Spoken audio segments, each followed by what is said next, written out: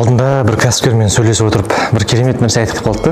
Кез келген компанияның ұзақ мерзімді өмір сүруі мен қысқа мерзімді өмір сүруіне әсер ететін бір фактор бар екен. Ол нәрсе ол компанияның өніміне деген қосылған маржа. Өнімнің маржасы 10%-ға дейін болатын болса, ол компания нарықта ұзақ өмір сүреді екен. Егер компанияның маржасы 25%-дан жоғары болатын болса, онда ол компанияның өмір сүру мерзімі қысқа болады екен. Неге деген сұрақ туындайды? Маржасы 25%-дан жоғары компанияға қызығушылар, конкуренттер көп болады. Конкуренттер көп болады деген сөз, сол рынокқа, сол нарыққа көп адамдар ойынға кіреді. Барлығы бірге бірлесіп сол нарықты жеп тастайды. Егер сіз өніміңізге 10%-ға дейін 10%-ның төңірегінде маржа қоятын болсаңыз, онда сіздің өніміңізге, сіздің салаңызға көп адам қызықпайды, өйткені ақша аз ғой. И ондай компаниялар нарықты өздері жейді. Көп адамдар кіре бермейді, ойыншылар аз болады. И ол өзінің нарығы үлкен болғаннан кейін асықпай, өзінің өндіру қуатына сай өзі ғана жеп шығады. Бұл да бір қызық стратегия деп ойлаймын. Сол үшін ұзақ мерзімді компанияны құрған кезде осы стратегияны қолданған тиімді деп ойлаймын.